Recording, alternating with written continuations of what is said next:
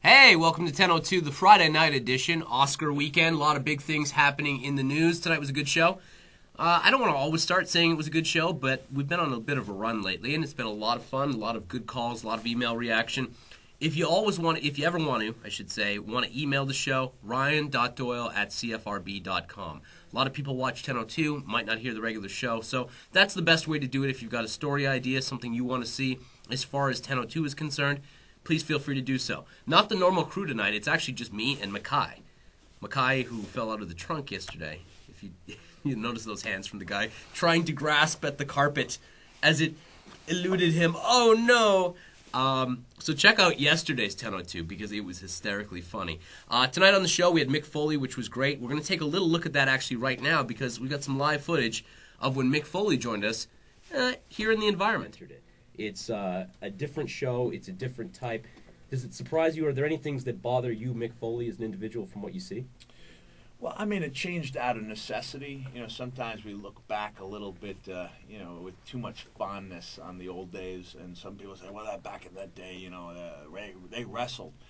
And that was true for the guys who, went around at the arena shows. But, man, if you put today, if you tried to put the 1981 or late 70s WWF show on TV today, people would literally laugh at it. I mean, it was poorly produced. It was just a series of mismatches, and I think, wrestling has evolved. I miss the days, when there were territories, where the several hundred people, maybe 1,000 or so, could make a decent living working different regional territories. But for guys like me, having a couple of national promotions, turned out to be a very positive thing. Do you have any words with your old boss?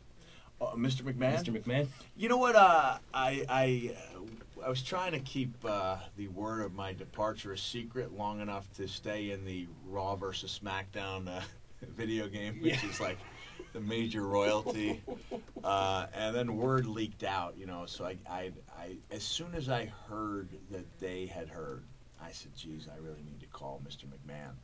And it was like literally within 5 seconds. I said that to my manager, and John Laurinaitis, the head of talent relations, called me, and he just, he wanted me to know that they no hard feelings, that they had enjoyed having me there. And I said, I was just about to call Vince. And I told my wife, I said, I got to call Vince. And I went downstairs. We had a nice talk, and I told Vince, he's been one of the most important people in my life. And I said, and I don't know if, hopefully you know enough about me to know that, when I dedicated my last book to you, that's something that I put a lot of thought into. Yeah. And the fact that he said, oh, why the hell did you do that? When I told him, didn't make it any less important decision for me. And he, well, I respect that, and I've always respected your point of view, although I rarely agreed with it. He didn't actually say that, but it was a good talk. And then apparently within 24 hours, they yanked me not only off the video games, but also off the wrestler profile, even in the the former wrestler profile. Yeah. So I'm back up there. But I found that kind of flattering, that it wasn't as if he just shrugged off my my departure, that it actually did mean something. One of your former colleagues in the WWE, Chris Jericho, was involved in a bit of an incident. I want to talk, because a lot of people saw it. It was on YouTube. That was Mick Foley, formerly of the WWE, now of TNA. He stopped by to tell us some of his stories. Mackay even got into the action and talked to Mick Foley about his time in Africa, which was kind of cool. Next week, I want to take on a little bit of a serious topic, something we talked about yesterday, but I think new news. I'm just reading it right here. If you see the headline, it says, many teens blame Rihanna, saying that dating violence is normal.